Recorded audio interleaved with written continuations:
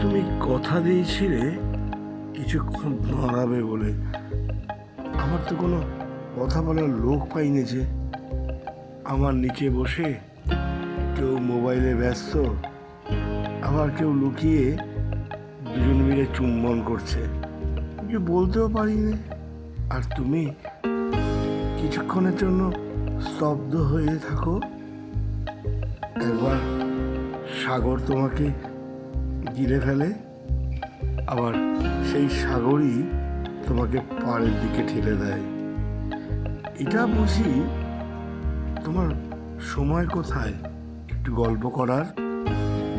তোমার যে বড় কষ্ট, তাই তুমি স্থির হয়ে দাঁড়াতেই পারো না। তোমার দ্বারা কত মানুষ কতভাবে উপকৃত হয়, কিন্তু তোমাকেই সবাই অবহেলা করে।